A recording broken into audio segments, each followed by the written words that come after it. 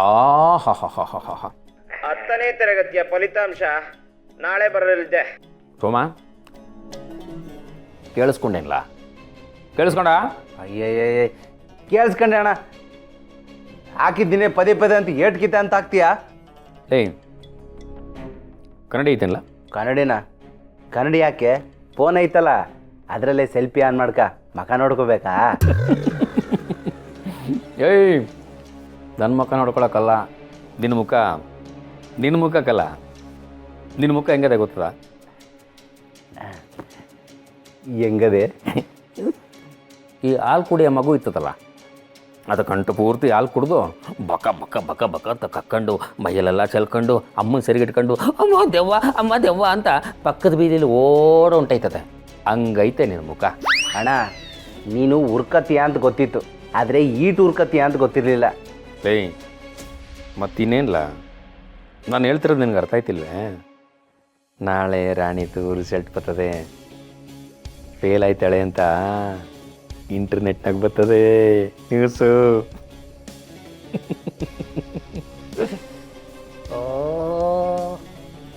ಲೇ ಸುಮ, ಒಂದೇ ಒಂದ್ಸಲ ನನ್ನ ಪಟ್ಟದ ಮ್ಯಾಗ ಕುಂತ್ಕೊಂಡ್ರೆ ಹಿಂಗಿರ್ತದೆ. ಒಂದೇ ಒಂದ್ಸಲ ಕಲ್ಪನೆ ಮಾಡ್ಕಲ್ಲ, ಖುಷಿ ಆಯ್ತದೆ. ಅಣ್ಣ ನೀನು ಸ್ನಾನ ಮಾಡಿದ್ರೆ ನನ್ನ ಮೈ ಒದ್ದೆ ಆಗ್ತದ, ನೀನು ಉಂಡ್ರೆ ನನ್ನ ಹೊಟ್ಟೆ ತುಂಬದ? ನಿನ್ನ ಆಸೆನೇ ಬೇರೆ, ನನ್ನ ಆಸೆನೇ ಬೇರೆ. ಏಯ್ ಥೂ, ನನ್ನ ಆಸೆನೇ ಬೇರೆ ಅಂದ್ಕೊಂಡು ಯಾವಾಗ ನೋಡೋರು ಪಾರು ಪೋರನ್ ಸಾಯ್ತಾ ಇರ್ತೀಯಲ್ಲ ಲೇ ಸೋಮ. ನಾಳೆ ನಾನು ದೊರೆ ಆಯ್ತೀನಿ ಅಂತ ಇಟ್ಕ. ಆಗ ಪುರೋಹಿತರು ರಾಜದಂಡನ ನನ್ನ ಕೈ ಕೊಟ್ಟು ಆಶೀರ್ವಾದ ಮಾಡೋಯ್ತಾರೆ. ಮಾಸ್ತಿ ಕೊಪ್ಪಲು ತಿಜೋರಿ ಕೀ ನನ್ನ ಕೈಗೆ ಬರ್ತದೆ. ಲೇ ಖುಷಿ ಪಡೋಕ್ಕೆ ಏಟೋಂದು ದಾರಿ ಐತೆಕಲ್ಲ. ಈಗ ನೋಡ್ಲಾ, ಹೆಂಡ್ತಿ ತವ್ರ ಮನೆಗೆ ಹೋದ್ರೆ ಗಂಡನ ಖುಷಿ ಹಾಕಿಲ್ವಾ? ಮೇಷ್ಟ್ರು ಸ್ಕೂಲಿಗೆ ರಜಾ ಹಾಕಿದ್ರೆ ಸ್ಟೂಡೆಂಟ್ಸ್ಗೆ ಖುಷಿ ಹಾಕಿಲ್ವಾ? ಬಾರು ದಿನ ಓಪನ್ ಇದ್ದರೆ ಕುಡುಕರಿಗೆ ಖುಷಿ ಹಾಕಿಲ್ವಾ? ನೆಂಟರು ಊರಿಗೆ ಬರೋರು ಊರಲ್ಲೇ ಉಳ್ಕೊಬಿಟ್ರೆ ಮನೇಲಿರೋ ಮಗನಿಗೆ ಖುಷಿ ಹಾಕಿಲ್ವಾ? ಹಂಗೆ ಖುಷಿ ಪಡೋಕ್ಕೆ 108 ದಾರಿ ಐತೆಕಲ್ಲ. ಸೋಮ, ನಿಮ್ಮಣ್ಣ ದೊರೆ ಆಗ್ಬಿಟ್ರೆ ಆ ಖುಷಿಗೆ ನೀನೇನು ತಗತ್ತೀಯ? 90 ಇನ್ನೊಂದು 90. ಅಂದರೆ ನಿನಗೂ ಖುಷಿ ಆಯ್ತೈತೆ ಅನ್ನೋ ಅದಕ್ಕೆ ಹಾಕು ಅಂತಿರೋದಣ್ಣ. ನಾಳೆಗೆ ರಿಸಲ್ಟ್ ಬಂದ್ಮ್ಯಾಕೆ ಒಟ್ಟಿಗೆ ಕುಡ್ದಾಡಬ. ಲೇ ಸೋಮ, ನಿಮ್ಮಣ್ಣ ತೊರೆ ಆಗ್ಬಿಟ್ಟ ಅಂತ ಇಟ್ಕ. ಅವತ್ತಿನ ದಿವಸ ರಾತ್ರಿನೇಯ ನಾನು ತ್ವಾಟಕ್ಕೆ ನಾಟಿ ಕೋಳಿನ ಕರ್ಸ್ಬಿಡ್ತೀನಿ.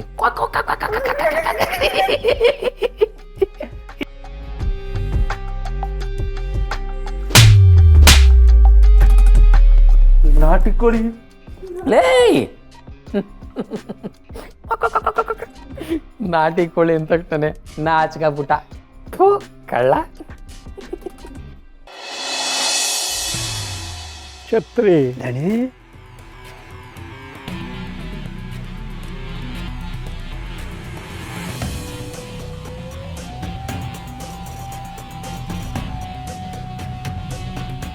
ರೀ,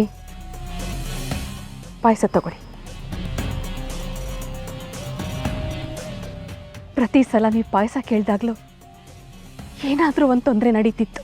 ಆಮೇಲೆ ಆ ತೊಂದರೆ ಮಾಡಿದ್ದು ನೀವೇನೋದು ಗೊತ್ತಾಗ್ತಿತ್ತು. ಈ ಸಲ ಈ ಪಾಯಸ ಏನು ಬಯಸ್ತಿದೆ ಅನ್ನೋದು ಈಗ ಗೊತ್ತಾಗೋಯ್ತು. ಕುಡೀರಿ, ಪಾಯಸ ಚೆನ್ನಾಗಿ ಕುಡೀರಿ, ಖುಷಿ ಪಡಿ. ನಮ್ಮ ಹಣೆ ಬರೋಕ್ಕೆ ಕಣ್ಣೀರಲ್ಲೇ ಕೈ ತೊಳಿತೀವಿ. ಸೌಭಾಗ್ಯ,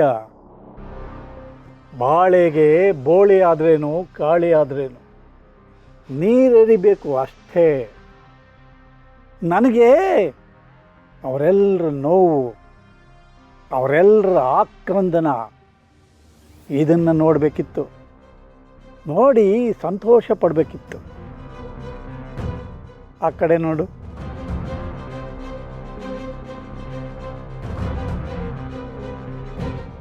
ಬಾಡು ಬೇಯ್ದೆ ಕೆಡ್ತು, ಮೀನು ಬೆಂದು ಕೆಡ್ತು. ನಾನು ಅವ್ರ ಬಾಳಿಗೆ ಬೆಂಕಿ ಇಟ್ಟು ನಾನು ಕೆಡಲ್ಲ, ಕೆಡಿಸ್ತೀನಿ ಅವ್ರ ಜೀವನನ. ದಣಿ ಪಾಯಸ ಕುಡಿಲೇ ಇಲ್ಲ. ಓ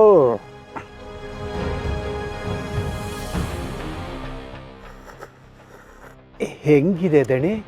ಆಹಾ ಆಹಾ, ಅದ್ಭುತ ಅದ್ಭುತ ಕಣೋ ಛತ್ರಿ.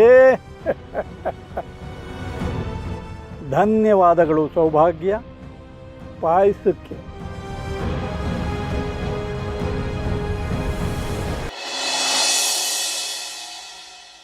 ನಿಮಗೆಲ್ಲ ಎಷ್ಟು ಸತಿ ಅಂತ ಹೇಳಿ, ಹಾಂ ಊಟ ಮಾಡಿ ಮಾಡಿ ಅಂತ. ಊಟ ಮಾಡಬೇಕಂದ್ರೆ ಮಾಡಬೇಕಷ್ಟೆ.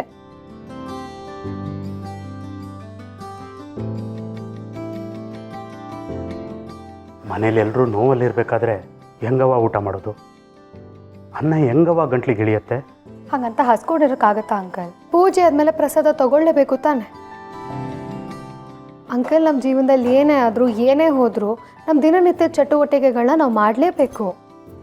ಪೂಜೆಗೂ ಊಟಕ್ಕೂ ಏನು ಸಂಬಂಧ ಬರೋ? ಕಷ್ಟ ಅಂತ ಬಂದಾಗ ಪೂಜೆನೇ ಅಲ್ವಾ ನಮ್ಮ ಕೈ ಹಿಡಿಯೋದು? ಹೌದು, ಕೈ ಮುಗ್ದು ಪೂಜೆ ಮಾಡೋದಕ್ಕೂ ದೇಹಕ್ಕೆ ಶಕ್ತಿ ಬೇಕಲ್ವಾ? ಆ ಶಕ್ತಿ ಎಲ್ಲಿಂದ ಸಿಗುತ್ತೆ? ಊಟದಿಂದನೇ ತಾನೆ. ಅನ್ನನ ದೇವ್ರಿಗೆ ಹೋಲ್ಸಲ್ವಾ ಮಾವ? ಅಷ್ಟಿದ್ಲೇ ದೊಡ್ಡವ್ರು ಹೇಳ್ತಾರ ಅನ್ನ ಅನ್ನೋ ದೇವ್ರ ಮುಂದೆ ಬೇರೆ ಯಾವ ದೇವರು ದೊಡ್ಡದಲ್ಲ ಅಂತ? ನಾವೆಲ್ಲರೂ ಇವತ್ತು ಸೇರಿದ್ದೇನೆ ಕೇಳಿ, ಪೂಜೆ ಮಾಡಿ ಪ್ರಸಾದ ತಗೊಳ್ಳೋದಕ್ಕೆ. ಅಂತ ಪ್ರಸಾದನೇ ಬೇಡ ಅಂತಿದ್ದೀರಲ್ಲ ಎಲ್ಲರೂ. ನೀವೆಲ್ಲರೂ ಏನೋ ರೀಸನ್ಸ್ ಕೊಡೋಂಗಿಲ್ಲ ಅಷ್ಟೆ. ಊಟ ಮಾಡ್ಬೇಕಂದ್ರೆ ಮಾಡ್ಬೇಕಷ್ಟೇ, ಮುಗೀತು. ಬನ್ನಿ. ಅದಕ್ಕೆ ನೀವೆಲ್ಲ ಊಟ ಮಾಡಿ ನಾನೊಂದು ಸ್ವಲ್ಪ ಹೊತ್ತು ಅಕ್ಕನ ಜೊತೆ ಇರ್ತೀನಿ. ಗುಂಡು, ರತ್ನನ್ಗೆ ಇಲ್ಲಿಗೆ ಬರೋದಕ್ಕೆ ಹೇಳಿದ್ದೀನಿ.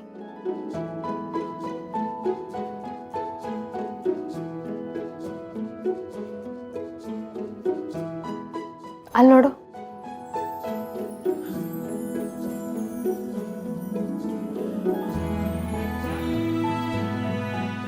ಬಾ ರತ್ನ. ರತ್ನ ಹೋಗಮ್ಮ.